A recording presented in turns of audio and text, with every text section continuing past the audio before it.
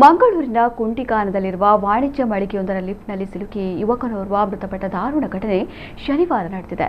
ಬೆಳ್ತಂಗಡಿ ತಾಲೂಕಿನ ಬೆಳಾಲು ಪುಂಜಾಕೆರೆ ನಿವಾಸಿ 28 ವರ್ಷದ ನೌಫಾಲ್ ಮೃತಪಟ್ಟ ಯುವಕ. ವಾಣಿಜ್ಯ ಮಳಿಗೆ ಉದ್ಯೋಗಿಯಾಗಿದ್ದ ನೌಫಾಲ್ ಕಾರ್ಯನಿಮಿತ್ತ ಲಿಫ್ಟ್ನಲ್ಲಿ ತೆರಳುತ್ತಿದ್ದ ವೇಳೆ ಲಿಫ್ಟ್ 1ನೇ ಮಹಡಿ ಮತ್ತು ನೆಲ ಮಹಡಿ ನಡುವಿನ ಭಾಗದಲ್ಲಿ ಏಕಾಏಕಿ ಕೆಟ್ಟು ನಿಂತಿತು.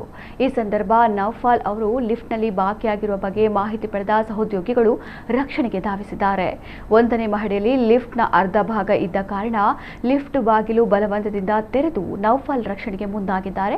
ಈ ಸಂದರ್ಭ ನೌಫಾಲ್ ಕೈ ಹಿಡಿದು ಮೇಲೆತ್ತುವಾಗ ಏಕಾಏಕಿ ಲಿಫ್ಟ್ ಚಲಿಸಿ ಈ ದುರಂತ ಸಂಭವಿಸಿದೆ.